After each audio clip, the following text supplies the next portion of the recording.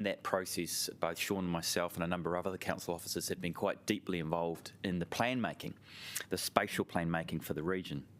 And on the 7th of September, we're getting a report to you which will ask you to update the terms of reference for the committees so we can allow that plan making to go through a public process, basically, and also to establish a subcommittee that can hear submissions on the plan and then recommend the plan back up to the Wellington Regional Leadership Committee. So we're going to talk a little bit about that process today, but also, of course, importantly, what's in the plan, because outside of the workshops that councillors have attended, there have been a number of them, and also the Deputy Mayor just mentioned she was participating in one in Lower Hutt a week or two ago.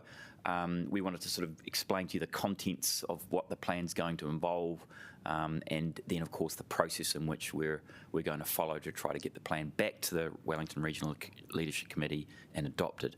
Now, before I hand it over to Kim and Sean, I wanted to just give you a strategic planning perspective of what we're trying to achieve here.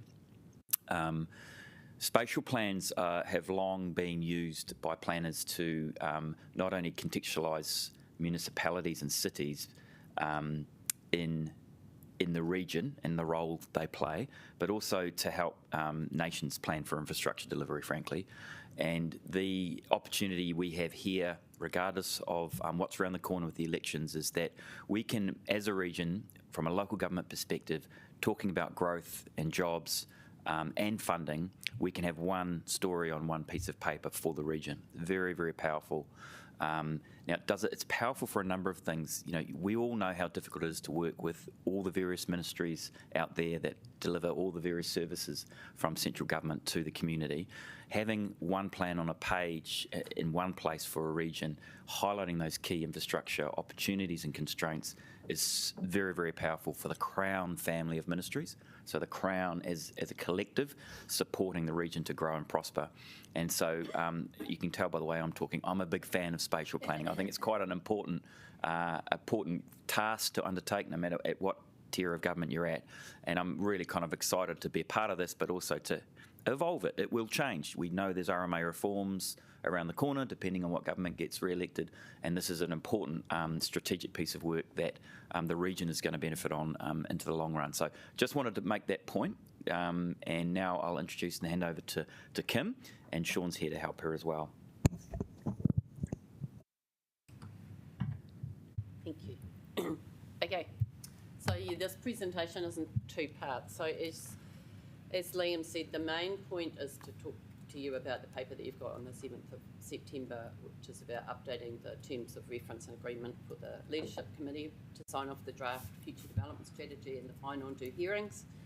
But I thought before I did that, I'll just take you on a very quick tour about the future development strategy and where it's at. So I'm going to do that, but first, and then we'll do questions at the end of that, but first. So the first thing I'll say about the future development strategy, it's a picture of collectively where, as a region, we believe we should focus growth. So we know through all the district plan changes that have happened across the region that growth can happen quite a large number of places at the moment. But the future development strategy is saying, based on the objectives that we have for the future development strategy, our strategic vision and our priorities, where do we think we should collectively focus on growth? So if you read the future development strategy and you don't see parts of Wellington listed in it, it doesn't mean that growth won't happen yet. It's saying that as a region, the places that are listed because we're going to have a kind of collective. So this is just a bit of a timeline for you of where we've been and where we're going. I will say this is Plan A. So this requires all 10 councils to sign off the updated agreement by the 19th of September, which is the Leadership Committee meeting, and it also requires the Leadership Committee to sign off the draft, so Plan A. So at the moment, Upper Hutt, South Wairarapa and Masterton have had council meetings and signed off the updated agreement, which I'll talk about later. Horua and Greater Wellington have these tomorrow, and Horowhenua and Kapiti have theirs before you meet on the 7th. So by the time you meet on the 7th, you'll have a fuller picture of that. The plan is then on the 19th of September for the Leadership Committee that your Mayor sits on along with 8 other mayors, the regional chair, and 6 iwi partners, and 2 government ministers, technically, to sign off the draft agreement. We would then look to go out for public consultation between early October and early November, run hearings in December, and have an updated agreement, the final FDS signed off by the committee in March. So some of that will make more sense on my way through. Sorry. Just a bit of story about the numbers. So as with the regional growth framework, which was, for those of you who are new to council, was the region's first spatial plan, one that was done totally voluntarily, like no direction from government to actually do one. The numbers here are very similar, so an additional 200,000 people in the region in the next 30 years and 89,000 homes. Through the HBA is the housing and business assessment, which we need to do as a kind of the numbers rigor to support the future development strategy. There is enough housing supply in this region for 180,000 homes. So that has come through all these district plan changes related to the National Policy Statement on Urban Development and medium density residential standards. So you just have to think about your plan change, or now for the fact, for instance, that the whole of the Hutt Valley is pretty much enabled for 6-storey enablement along the rail corridor, and you can see where all of a sudden these numbers come from. So that the comments that you often hear from developers, for instance, about councils haven't released enough, land for development. We now have double what we need theoretically for the next 30 years, so that shouldn't be a problem. What is a slight problem is across the region we've identified enough greenfield for 65,000 homes, and quite a lot of that is actually already plan enabled. So a lot of the objectives for the future development strategy relate to climate change, emissions, particularly highly productive land, natural environment. And so one of the challenges we've had working through the FDS is how do we actually get more growth, or how do we make sure the 65,000 homes don't actually happen, and where do we have control? And I could talk about that a bit. But still through the growth framework, over that 30-year period, the majority of growth is expected to occur within urban areas. And when I say urban, I mean towns and cities. So when I go to the WRLC and talk about urban, they think I'm talking about this side of the city, but this side of the hill, but I mean towns and cities. And mainly through intensification and business as usual infill. Oh, sorry, doing my computer. Can I just get you to check your mic? Can you just push it closer to you? Yep. This is a summary of the objectives in the FDS, and in the growth framework we had, in the regional growth framework, the first spatial plan, we had 6 objectives, and essentially I think there's 9 actually, sorry. They're pretty much the same, but they have, some of them have been split out. So if you look at the third one around food production, that one in the growth framework was kind of tied into one around the natural environment, but the leadership committee, when we met with it, were quite specific about wanting to pull that one out. So probably nothing new that you haven't seen or you wouldn't expect there. And the challenge for the future development strategy is how do you actually identify where the best place for growth is that meets a balance of those objectives?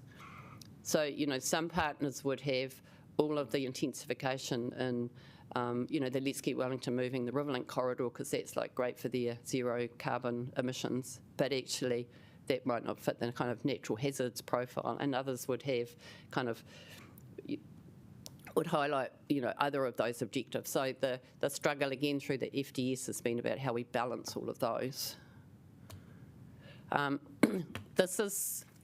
These are the elements that have been and are part of the future development strategy. So one of the things we have to do is constraints mapping, and we did constraints mapping as part of the growth framework, and pretty much we've updated that. So things like highly productive land that weren't mapped in the growth framework are now better mapped, and councils have some councils have gone through iteration of updating their map, so that has been done.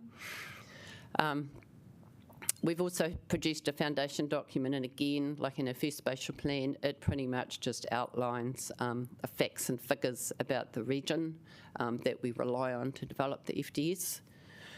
We've then done this housing business development assessment, so Wellington City will have done, this will be your third one of these over the time, but this is the first one that we've done on a totally regional level. And the blue circle on the slide there is scenarios. So under the National Policy Statement on Urban Development, we are required to run a series of scenarios, and essentially we ran those against those objectives to then help us work out kind of what the best outcome for the future development strategy is. We've actually amended this slide since I put it in the slide pack, but this is, we've been working with our iwi partners on this, so just to remind you, there are 6 of those throughout the region, including the ones that you deal with. And there's a couple of things in the growth and the future development strategy that relate to them. So one is this vision statement, and actually at a workshop last week or the week before, we've decided we need to kind of merge these words together, but essentially the intent of this vision will remain the same. And the second, and I don't expect you to read this even on the screen in front of you, but the future development strategy requires a statement of iwi aspirations for urban development. And so we've been working with the 6 iwi partners to develop this and a whole lot of other text in the future development strategy. So in fact, that chapter isn't for any of us to comment. That's their kind of chapter in the FDS, and it aligns really well with the rest of it.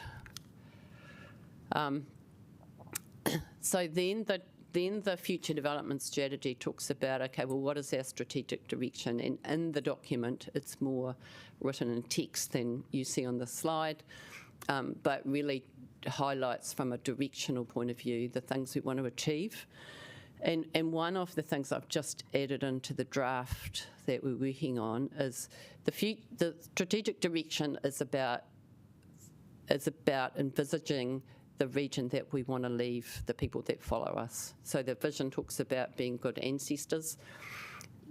So it is in itself, a vision and reflective of where we want to be, rather than so we get into a discussion about zero carbon, for instance, and some people go, oh, you can't do zero carbon. It's like, but actually, that is the direction that we want. If you think about what you want to leave behind, that's what you want. And actually, the FDS is one of the documents that enable us to do that. So think about the direction when you, when we put the document out, but that's what it's meant to be. It's not a very kind of tick box, can we achieve that thing? Do you want to? I've nearly finished actually, yep. So then the future development strategy says, okay, based on our direction, how are we actually going to prioritise where we think, where and what we think good growth is? So the previous spatial plan didn't get into this, partly because it was our first one and we were kind of learning the ropes, but this one does. And the priorities aren't written as in, well, we'll do all the first developments and when they're done, we'll move on to the second one. They're just saying, the first thing that's of priority for the region, based on all that strategic direction, the aspirations of iwi, et cetera, is that we'll, well-designed developments that are of importance to iwi, as outlined in their statement of aspirations. So, at a regional context, for instance, there's a whole lot of development in Otaki. Otaki is a real focus for the FDS. It's, there's a lot of iwi Māori living there. A lot of them are moved out to places like live in, truck their kids down to Otaki to go to school, all that kind of stuff. Those developments, while they're not large and while they're not kind of big and kind of as exciting as some of the other ones we might put forward, those are the types of developments that sit top of our priority list. Then along rapid transit corridors, and we've just kind of renamed that second one because when we had the workshop that Laurie went to the other week, we realised that that statement, the second line at the moment, limits it to the current rail network, when in fact what we're saying is in the short term, we would expect developments along those places because that's where the MPSUD's kicked in. But actually over the long term, we're investing in more rail, we're investing in more lines, and you would expect actually the growth to be in places like Otaki, for instance.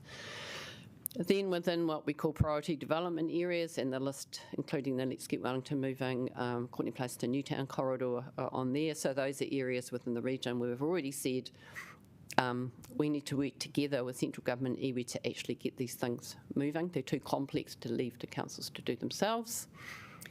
Then within existing urban areas with good access to transport, education, so some of your other more urban areas outside Let's Get Wellington Moving would fit into there.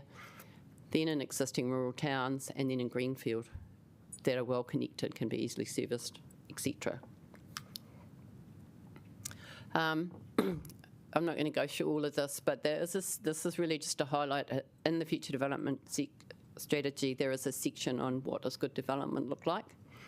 So if I go back to the greenfield in particular, in this priority list, we have said greenfields that's well connected. We know there's a lot of greenfield that don't tick those boxes.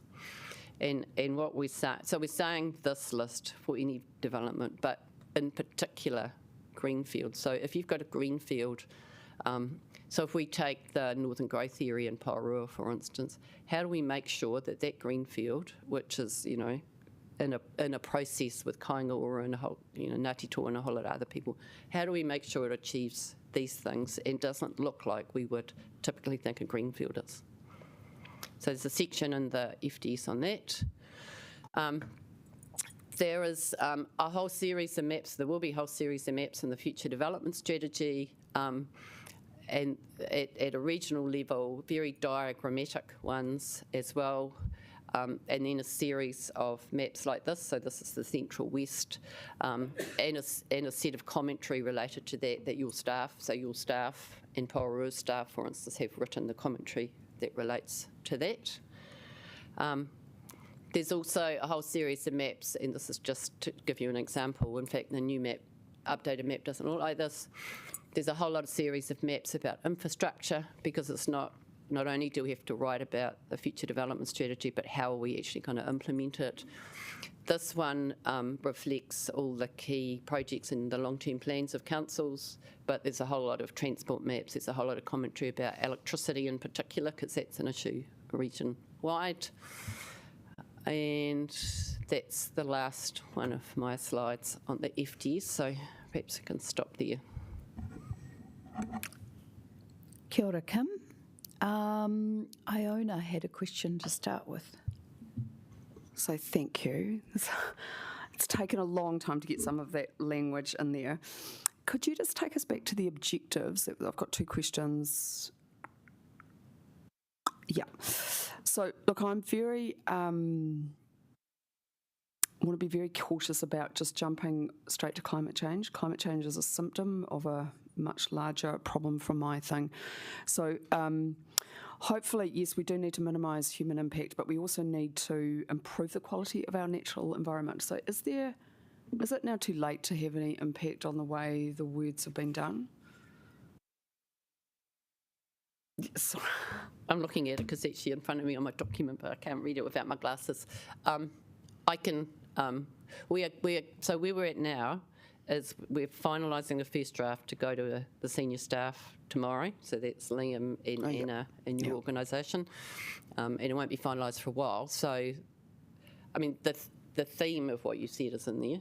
Yeah. So the wording. Maybe I could take it offline with you, because it's just very important to me we get language right to do the right things.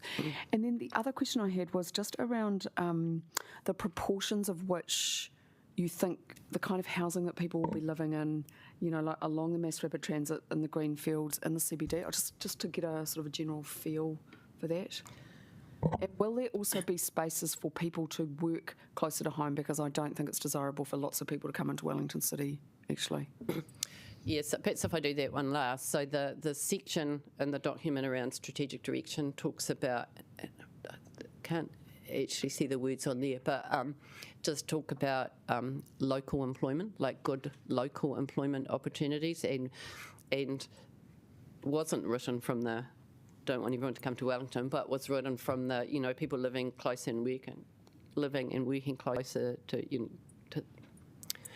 working closer to where they live and being able to travel and all that kind of stuff. Yeah. So, definitely talks about local employment. Sorry, I forgot your first question. It's the percentages of how you think people are going to be living. Oh, that's very helpful, thank you. It's like, thank you. I've got to remember off the top of my head now. So the future development strategy takes all that and says, okay, so what does that look like in terms of the areas we want to focus on? Then breaks it down into the first 10 years and then the 10 to 30 year period. From memory, and Sean is better at numbers, he might have them in my head. The first 10 years, it's about a 50-50 split greenfield and intensification. And the main reasons for that, and then after that, the higher percentage is intensification and less greenfield. And there's a couple of main reasons for that. A lot of the greenfield is either already plan enabled and infrastructure ready. So if you take the large ones, so if you take Taraika and Horowhenua, 3,500 new homes, it's already district plan enabled, has central government money for infrastructure funding, 6,000 new homes in Northern Growth Area and Porua, it's a Kaingaora special development project, so a lot of the greenfields are kind of on the way, the train's moving, not much you can do about it, except through this process to go, how do we make sure those greenfield sites, tick all those other boxes? On the flip side, the larger urban development projects like Let's Get Wellington Moving and 3,500 homes in the Hut off the back of Riverlink are slower. They've got to go, as you well know, they've got to go through long, laborious business case processes. And also, we have to find developers to kind of build those homes. So no matter how much we wanted to do it, the first 10 years pretty much is a 50-50 split. But after that, the bigger greenfields, go away or are being built on, and the larger urban intensification projects kind of kick in. So I can't quite remember but for instance, the Let's Get Wellington Moving split, so your scenario D, 19,000 homes is in there, and I think it's 2,500 in the first. That sounds about right. It was about 16,000 in the second 2 decades. It's also important to recognise that the FDS covers more than just residential lands, so it is also looking at long-term supply of commercial and industrial lands as well. And regionally, we've identified a considerable shortage of industrial land. Sorry, can I just ask, so in terms of all these plans that are already on track, how many of these will meet very short-term needs as opposed to the needs of people who will come in the future? You're talking about in numbers? So the 89,000 homes, we have assumed, for the sake of this plan, that 23,000 of those in the first 10 years and the balance, so not a third. And again, not a third and then 2/3. And again, that is based on two things. One is 23,000 over 10 years is about the number of consents in the region over the last 10 years. And secondly, the fact that these, larger projects that I talked about will take longer to kick in. Okay, thank you. I'll go to Ben, but Elise, is there any way I can see if there's anyone online that has a question? There's none. I'll signal to you when there is. Thank you. Kia ora. Ben.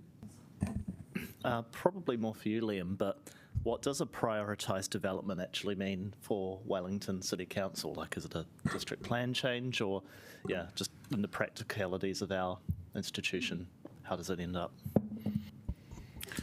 Sean, you might want to answer that. Yeah, thanks. Thank you. So it is prioritised in terms of the FTS and the work of the Regional Leadership Committee.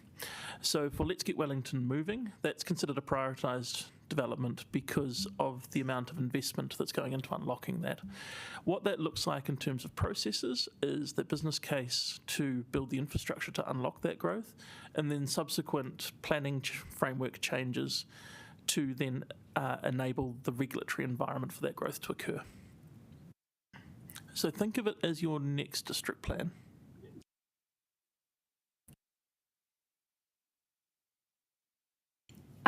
I might put myself on the list, Kim. Since our session the other day, I have had some time to reflect.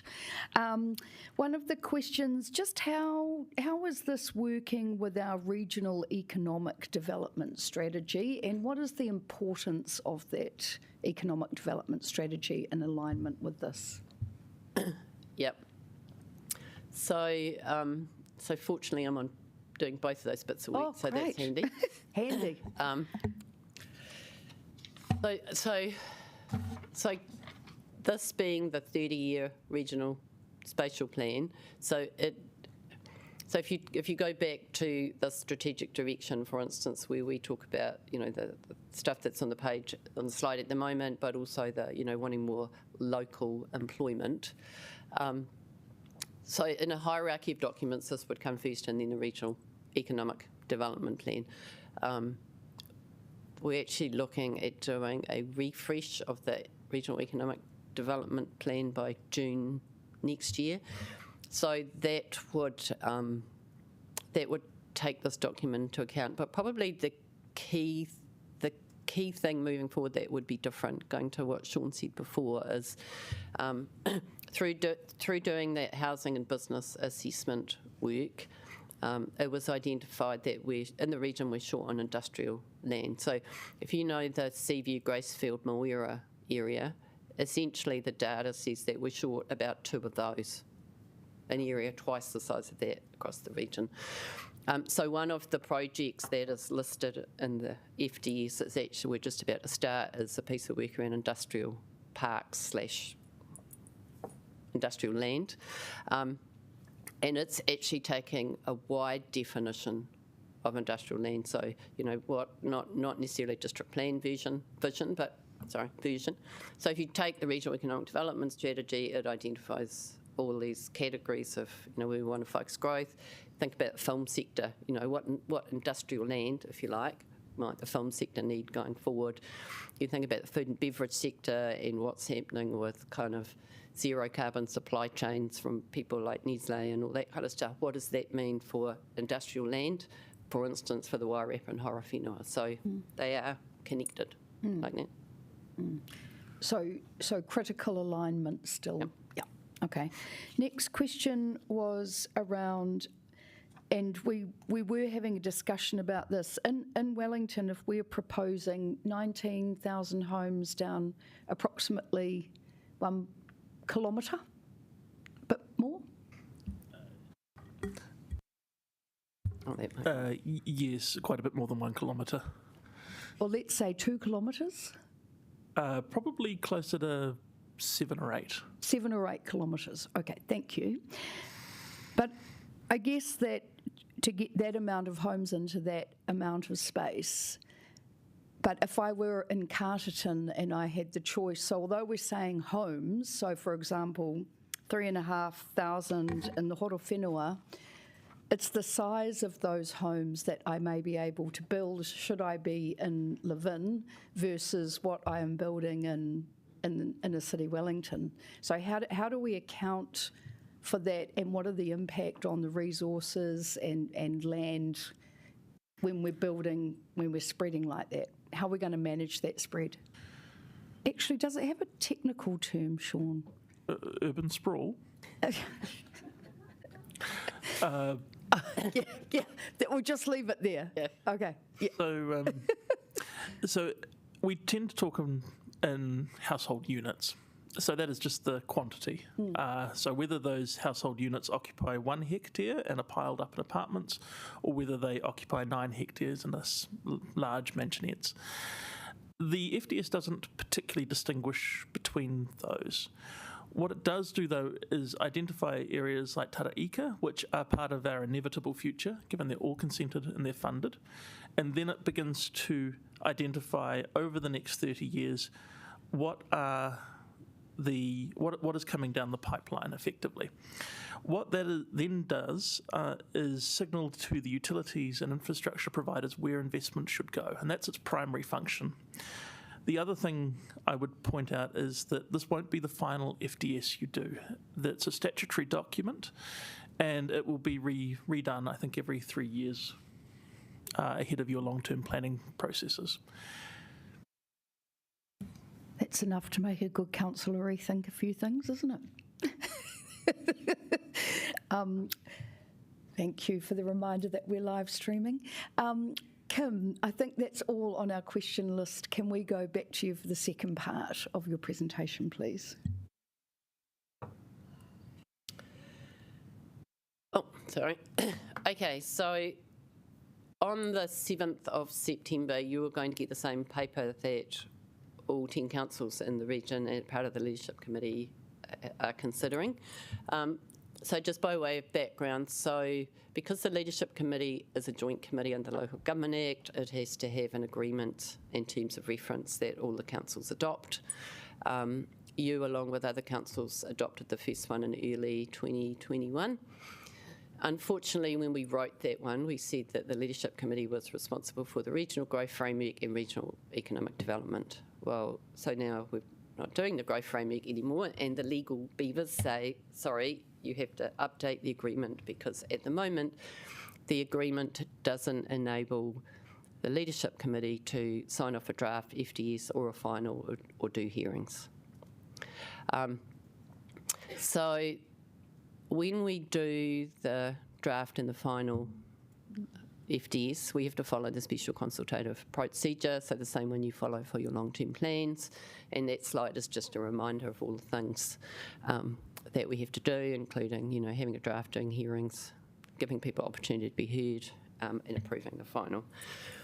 So in June, well, in fact, this discussion started in September last year, but finally in June this year, we went to the Leadership Committee and asked them to put in front of them a number of options about how the sign-off and the hearings could go. So we started it in September, and then it stalled because we've got a whole lot of new councils, a whole lot of new mayors, people understood what it was, etc., etc. But finally we got there. So, sorry, I keep pushing my keypad. So when we went to them in June, we took 4 options, and I'm not going to go through all of these. Our recommendation from the Secretariat was option 1. That was endorsed by the senior staff group, so that's, you know, Liam and Anna in your case, a whole lot of central government people. It was endorsed by the CEO group, which is the council CEOs, a whole lot of central government kind of CEO level-ish people. And that is the one, so that the agreement that is coming to you on the 7th of September has been updated to reflect option 1. So just let me outline why we didn't recommend the other options. So option 2 was really a bit of a back out of, because only Tier 1 councils are required to do a future development strategy. So option 2 was there in case the non-Tier 1s, i.e. the Wairarapa and Horowhenua, decided they didn't want to, you know, started arguing about updating it. You could have actually shrunk back and developed an option where you just had a hearings panel of Tier 1 councils. We didn't recommend, sorry? Yeah, all are Tier 1 except the Wairarapa and Horowhenua. We didn't recommend that as a Secretariat because it actually didn't make any sense to them, because we still have Wairarapa and the Horowhenua in it. We still have the iwi partners from those areas in it, and they wouldn't be part of the discussion. And in fact, two of them have already signed off the updated agreement, so that went away. Option 3 and 4 are variations, options of either council signing off the draft or council signing off the final. And I didn't recommend them for 2 reasons. One is option 1 is the most equitable option for iwi partners. So we have 6 iwi partners sitting at the table. Under an option where council sign off either the draft or the final, you think about Port Nick Block, for instance, they have to come to your meeting. If you're signing off a draft, they have to go to Paurua, they have to go to Lower Hutt, they have to go to Upper Hutt. So it's, option one is the most equitable and actually the one supported by them. And also under the options 3 and 4, if you were doing the draft, you can actually only consider your own part. So then we end up with 10 parts that are all different and trying to put them together in some regional picture, which actually doesn't make any sense. So I went for option 1. So now I'm just going to take you through how option 1 will work once you've all signed off the agreement. So the leadership committee will sign off the draft FDS. So the plan A, as I said before, is on the 19th of September. The leadership committee get the draft and they sign off.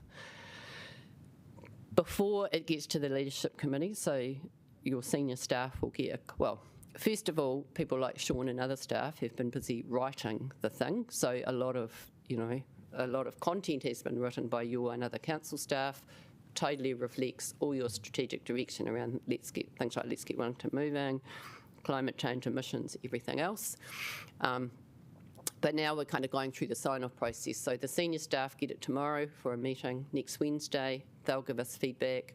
The CEO group get it on the 1st of September for their meeting on the 8th. They'll give us feedback. So there's quite, it's not just like we just pop it up and give it to your mayor. So assuming that happens, we then run submission process, just like you would for your long-term plans. And again, the leadership committee on the 19th will be signing off a comms and engagement plan for that. The secretariat will run the hearings. So in the updated agreement you're getting is the terms of reference for the subcommittee to consider the hearings. Every council and every iwi member is offered a seat on that hearings panel, which is a bit scary because it could be 16 people. But we couldn't find any other equitable way of actually doing that. So, like even saying to the Wairarapa, for instance, well, why don't you just pick one instead of 3?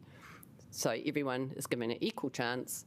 And hopefully one of those 16 people will put their hand up and decide to chair the people. So at your meeting on the 7th, one of your recommendations is to appoint someone to that hearings panel. And one thing I will stress now is we need that name on the 7th because on the 19th of September, the leadership committee will formally appoint the hearings panel. So if we don't have a name, it's a bit problematic. So, and if anyone's thinking, oh, that's an exciting job, I've got one council, we're having a fight about wanting to be on it, so that's pretty cool. In terms of timing, we don't really know, but just by way of, at the moment we're planning to do hearings the week of the 11th of December. Nelson Tasman had a week of hearings. Christchurch is planning for a week of hearings. They've got 144 people who want to be heard over a week. Auckland took a different approach because essentially it was Auckland Council who did their FDS, and they just said, well, if you want to come to our council and talk to us, you can. And I'm not quite sure how that met the hearings requirement, but anyway. But at the moment, we're planning for a week of hearings as well across the region. I'm just trying to work out whether every hearings person needs to physically be in each of those places. They definitely need to be hearing because you can't kind of make a decision on the ones you haven't heard. But for instance, if we're running one in the Wairarapa, do you actually need to be there or can you be online? So that's that. The hearings panel will then make a recommendation based on all the submissions, not just the ones that are heard. And at that point, we are planning to provide that information back to councils. But just so I'm very transparent, there's nothing you can do with that. That is the recommendations. Like the recommendations aren't coming to you. I just want to have everything out on the table, but so you're aware ahead of time what those will be. Then the plan is to go to the Leadership Committee in March 2024 and get them to sign off the final. That's pretty much it for Plan A. And here's the next steps. I wrote this slide a while ago, so most of this we've done.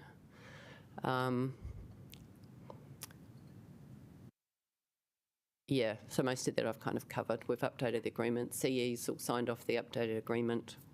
The set of recommendations you get have come from DLA Piper. They're the ones that are required to meet all the requirements of you delegating your powers. Yep, that's it. Just take questions, perhaps.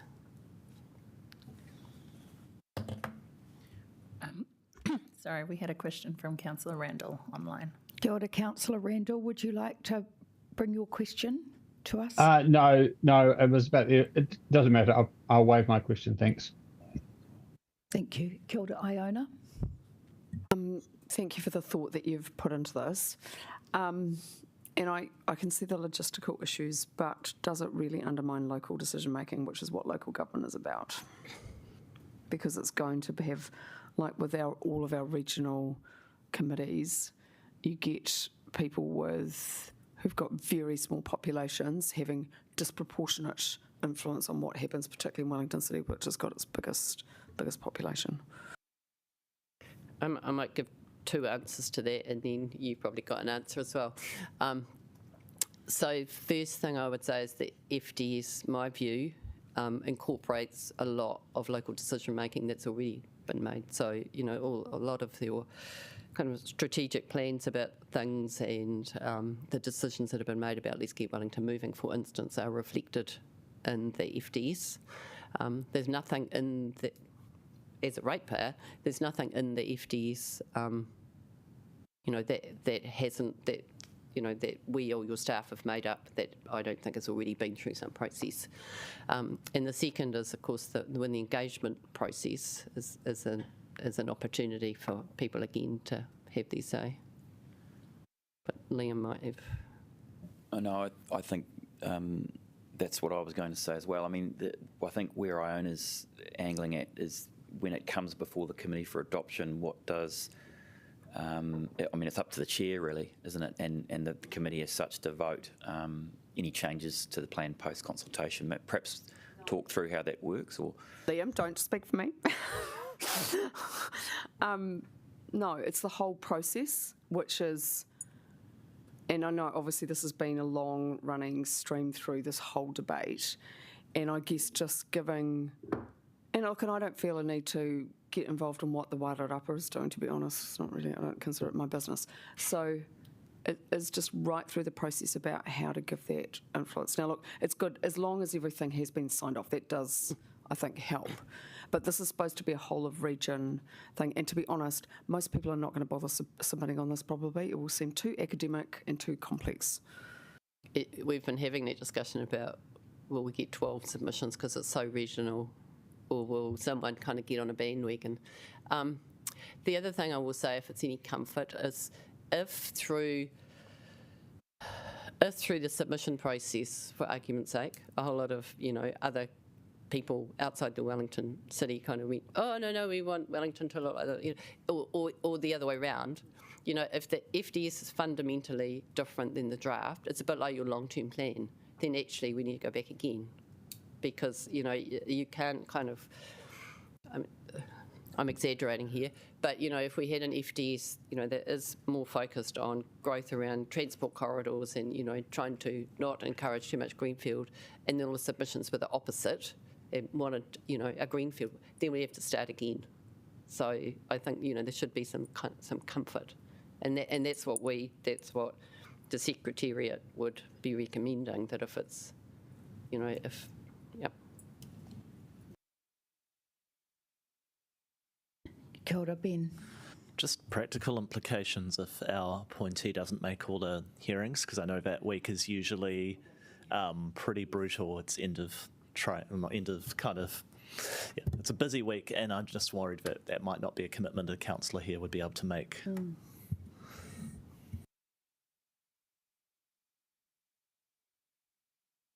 Yeah, I don't know. I can find the answer to that question. Thank that you. would be useful for you to Kim. know on the 7th. I think the feedback would be that generally that week is I'm already having heart palpitations about what's being put into that week, and the decisions, we tend to have an accumulated peak in our flow at those end weeks before breaks, and that will be that. Okay. Oh, I'll get an answer to that question thank for the you. 7th. Yeah. Any further questions? I think that's it. Would you like to round up on anything there, Liam? Look, not at all, but just thanks personally to Kim. You can imagine all of the stakeholders across the region that she's had to wrangle and her team. Really appreciate the effort. It's been incredible to get to this point, actually. So let's see what the future holds. But yeah, shout out to Kim for her hard work, and Sean for his assistance as well, of course. Thank you. Thank you. Yes, Kim, just having my flavour. Last week I was in awe of how you've been able to lead and take on all of those conversations at that level. So yeah, it's a mighty piece of work, so thank you.